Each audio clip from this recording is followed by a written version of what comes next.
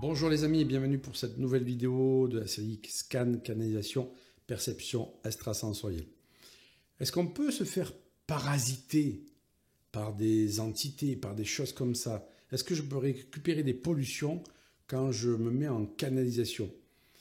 Moi, j'ai vu beaucoup de thérapeutes qui se faisaient parasiter par des pollutions, c'est-à-dire qu'elles récupéraient des pollutions. Et j'ai vu ça beaucoup chez les magnétiseurs, qui récupérait l'énergie négative de la personne qui avait déposé quelque part son fardeau et pouvait tomber malade. Parce que bien entendu, quand on récupère des pollutions, quand on récupère de l'énergie, je dirais, polluée, eh bien on peut tomber malade. Est-ce que c'est possible quand on scanne et qu'on canalise? Bien oui, oui, c'est tout à fait possible. Si on a le désir d'aller sauver la personne, d'aller lui enlever quelque chose, pour que cette personne aille mieux. Et c'est une partie de notre ego qui veut à tout prix, je dirais, enlever quelque chose à quelqu'un, comme si on allait la sauver. Encore ce syndrome du sauveur. À partir du moment où on se débarrasse de ça en disant, voilà, cette personne porte une histoire, cette histoire lui appartient. Je ne suis pas là pour lui enlever. Je suis juste là pour lui faire prendre conscience de là où est l'énergie bloquée, là où l'information est en distorsion. Et elle n'arrive pas à matérialiser ce qu'elle veut. Dixit la vidéo sur l'information, l'énergie et la matière. Eh bien, si je reste dans mon rôle, avec l'humilité du rôle que j'ai, de scanner et de canaliseur, eh bien, je ne vais récupérer mais rien du tout. C'est à partir du moment où on a le désir de sauver la personne qu'on peut récupérer des choses. Mais ça, je dirais, c'est pas que dans le scan, c'est valable dans toutes les pratiques. Dans toutes les pratiques, surtout celles qui travaillent avec l'énergétique. Et c'est pour ça que je vous parlais des magnétiseurs. Beaucoup de magnétiseurs ont ce désir de faire disparaître la douleur, de faire que la pathologie s'en aille. C'est la différence avec un bioénergéticien quantique qui n'a pas cette volonté-là en fait. Alors je ne dis pas que tous les magnétiseurs, bien entendu, récupèrent les pollutions, parce qu'il y en a qui savent très bien faire et qui ne récupèrent pas les pollutions de leurs clients, fort heureusement. Mais j'ai vu pas mal de magnétiseurs se faire polluer par rapport à ça. Et c'est, comme je le disais, ce n'est pas inhérent au métier de scanner. Donc ça demande d'aller travailler ce syndrome du sauveur et de comprendre pourquoi on a besoin d'aller sauver l'autre. Est-ce que j'ai besoin d'aller sauver l'autre parce que quelque part, j'ai besoin d'être indispensable? Est-ce que j'ai besoin d'être reconnu? Est-ce que j'ai besoin que cette personne dise derrière que je l'ai sauvé quelque part?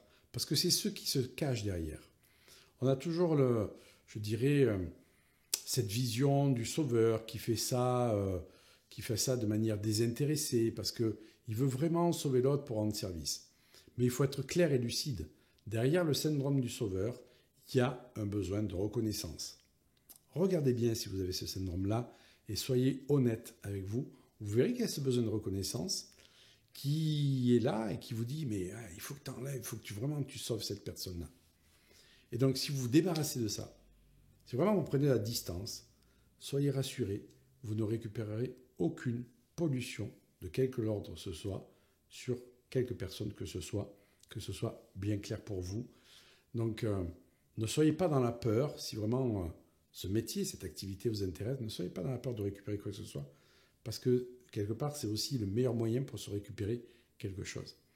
Et j'ai eu, moi, quelqu'un de très proche, de ma famille, qui fait des soins, et qui m'appelait régulièrement en me disant « mais ça y est, ça fait 2 jours que je suis déprimé, j'ai reçu une personne déprimée, et je me suis chopé un truc, elle m'a laissé un truc dans mon cabinet, etc. » Une fois, je l'ai nettoyé, 2 fois, j'ai nettoyé, 3e fois, je lui dis « écoute, il y a quelque chose qui fait en toi que tu récupères ces pollutions. » Elle me dit, mais je ne sais pas. Je dis, comment tu abordes ton soin? Est-ce que tu n'as pas envie que la personne ressorte de ton cabinet sans avoir cette douleur? Elle me dit, ben si, mon boulot, c'est qu'elle ressorte sans la douleur.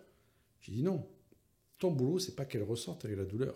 Ton boulot, c'est qu'elle comprenne pourquoi elle a cette douleur, que la douleur est là pour lui enseigner quelque chose, Et si elle ressort sans la douleur, je dirais c'est la cerise sur le gâteau. Mais si la douleur ne doit pas partir, c'est qu'il y a une raison pour laquelle elle ne part pas, c'est qu'elle n'a pas encore cheminé. Et en voulant enlever la douleur, ben c'est comme si tu enlevais la capacité et la possibilité de cette personne de cheminer à travers cette douleur. Donc je dis quelque part, tu lui enlèves de la capacité de guérison plutôt que de vouloir la guérir. Je vous assure, quand elle a pris conscience de ça, elle n'a plus récupéré quoi que ce soit. J'ai plus été obligé de la dépolluer. Elle avait compris qu'effectivement, c'était l'ego du sauveur qui était derrière. Et donc, libérez-vous de cet ego, il ne nous sert à rien, puisque le seul sauveur, ça doit être la personne pour elle-même. Aucun thérapeute ne doit se mettre à la place d'un sauveur. Donc je vous dis à tout bientôt. Voilà, réfléchissez là-dessus et à la prochaine vidéo.